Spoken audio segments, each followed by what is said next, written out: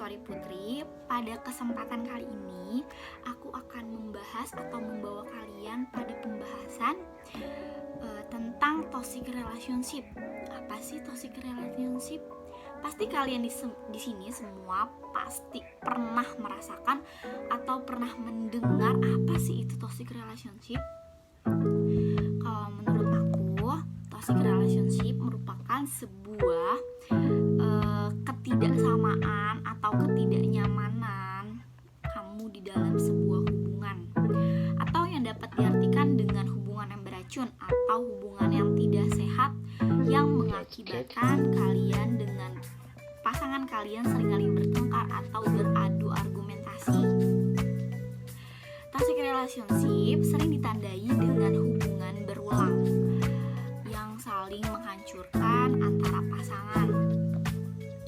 Pola-pola ini biasanya melibatkan tentang keegoisan, kecemburuan, posesif, dominasi, manipulasi, atau keputusan dan penolakan. Di sini pasti kalian tuh banyak banget yang dalam hubungannya ada rasa cemburu, pasti dong. Gak mungkin enggak dalam sebuah hubungan tidak ada rasa cemburu. Kalau tidak cemburu berarti tidak sayang dong. Nah, maka dari itu kecemburuan ini seringkali menjadi tanda-tanda bahwa kamu nih sedang ada di zona toxic relationship. Misalnya kayak kamu dilarang untuk bermain dengan teman-temanmu, kamu dilarang memakai baju-baju yang kamu suka, dan melarang kamu untuk melakukan hal yang sebenarnya tuh kamu suka, kamu nikmatin untuk menjalaninya, dan kamu merasa bahagia ketika berada di hal yang menjadi pilihan kamu. Nah, kalau posesif itu seringkali posesif dengan kecemburuan ini tuh seringkali dikaitkan ya, karena kecemburuan sehingga tuh bisa mengakibatkan pasangan kalian tuh menjadi posesif, sehingga mengatur-ngatur, melarang-larang, itu bisa juga. Dan posesif ini dengan kecemburuan ini seringkali orang tuh mengartikan itu sama gitu. Terus keputusasaan bahwa kalau kamu udah ngerasa udah deh kayaknya nggak bisa dilanjutin, udah deh mending aku pisah aja sama dia, atau keegoisan, entah pasangan kalian milih A, kalian milih B, kalian tidak bersatu, tapi pasangan kalian minta kalian untuk mengikuti apa yang dia mau, itu sudah termasuk dalam keegoisan dan kalian sudah berada di zona toxic relationship. Hubungan yang mengalami toxic relationship ini tidak hanya hubungan perkawinan, melainkan hubungan yang dialami oleh seorang remaja atau yang biasa disebut dengan pacaran ya. Dalam perkawinan juga banyak sekali kasus-kasus yang berasal dari toxic relationship, kasus-kasus perceraian dari toxic relationship antara mereka belum siap dengan pasangan mereka, sehingga terjadilah sebuah zona toxic relationship dalam hubungan mereka. Begitupun dengan pacaran, entah yang dia ingin masih ingin berada di kebebasan dengan dunia lain, bukan hanya dunia di pasangannya itu, sehingga dia bisa mengalami toxic relationship ini. Jenis orang toxic pun beragam. Ada yang senang memegang kendali dalam suatu hubungan, dalam artian mereka ingin dipandang sebagai orang yang kuat oleh partnernya nih. Maksudnya di sini dia tuh pengen menjadi pahlawan atau ingin merasa benar selalu di mata pasangannya ini.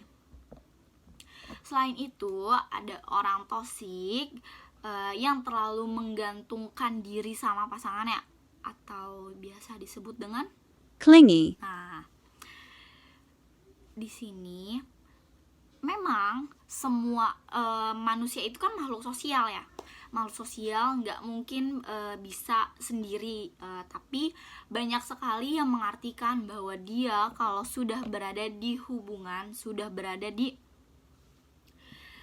dalam sebuah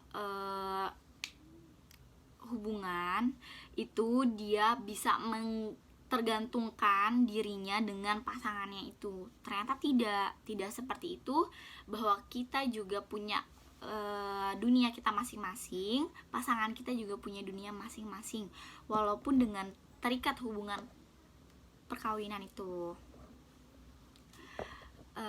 Dan hal sederhana yang menandakan bahwa kamu sedang berada di titik ini adalah jika kamu tidak merasakan adanya kebebasan atau kenyamanan dalam hubungan.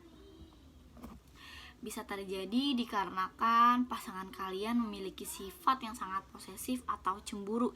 Nah, yang sudah aku bahas tadi di awal, bahwa posesif dan kecemburuan ini itu dapat diartikan oleh orang-orang tuh sama, karena orang yang cemburu sudah pasti dia berposesif ke pasangannya itu atau ke partnernya. Hal ini bisa dicegah atau dihindari dengan adanya menyelesaikan masalah yang sedang terjadi. Adanya komunikasi lah intinya. Adanya komunikasi antara pasangan atau antara partner, dan ya membicarakan semuanya dengan baik-baik. Adanya pemikiran untuk saling menghormati dan menjaga satu sama lain. Artinya, kita harus bisa menjaga perasaan atau menjaga hati orang lain atau partner kita untuk menjalin suatu hubungan yang sangat harmonis. Pokoknya yang kita inginkan lah. Jujur, aku juga pernah merasakan atau berada di zona toxic relationship ini, dan aku cukup tidak kuat dengan menjalankan ini, dengan menjalankan hubungan yang toxic relationship, sehingga akhirnya aku memutuskan untuk menyudahi atau tidak melanjutkannya lagi gitu. Dan akhirnya aku juga menemukan hal yang baru. Sama aja kalau kita meninggalkan hubungan yang toxic relationship, itu semua akan hilang. Memang tidak secepat apa yang kita kira, tapi setidaknya kita bisa menjadi diri kita sendiri dan bisa merasakan kebebasan apa yang menjadi pilihan kita gitu. Dan kita tidak bisa selalu mengikuti apa kata orang lain.